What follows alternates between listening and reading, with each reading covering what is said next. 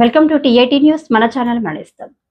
పోతర కాలనీకి చెందిన గీట్ల శ్రావణ్ కుమార్ రెడ్డి జ్ఞాపకార్థం తవిత ఆశ్రమంలోని పిల్లలకు అన్నదాన కార్యక్రమం నిర్వహించిన కుటుంబ సభ్యులు, తోటి స్నేహితులు. గీట్ల వనజ సత్యనారాయణ కుమారుడు గీట్ల శ్రావణ్ కుమార్ రెడ్డి ఇటీవల రోడ్డు ప్రమాదంలో మరణించిన విషయం తెలిసిందే. తన ఆత్మకు శాంతి చేకూరాలని కోరుకుంటూ కుటుంబ సభ్యులు, స్నేహితులు రామగుండంలోని తవిత ఆశ్రమంలోని పిల్లలకు అన్నదాన కార్యక్రమం ఏర్పాటు చేసి పండ్లు పంపిణీ చేయడం జరిగింది. తన ఆత్మకు శాంతి చేకూరాలని కోరుకుంటూ వారి బంధువులు, స్నేహితులు ఈ కార్యక్రమాన్ని నిర్వహించడం జరిగింది.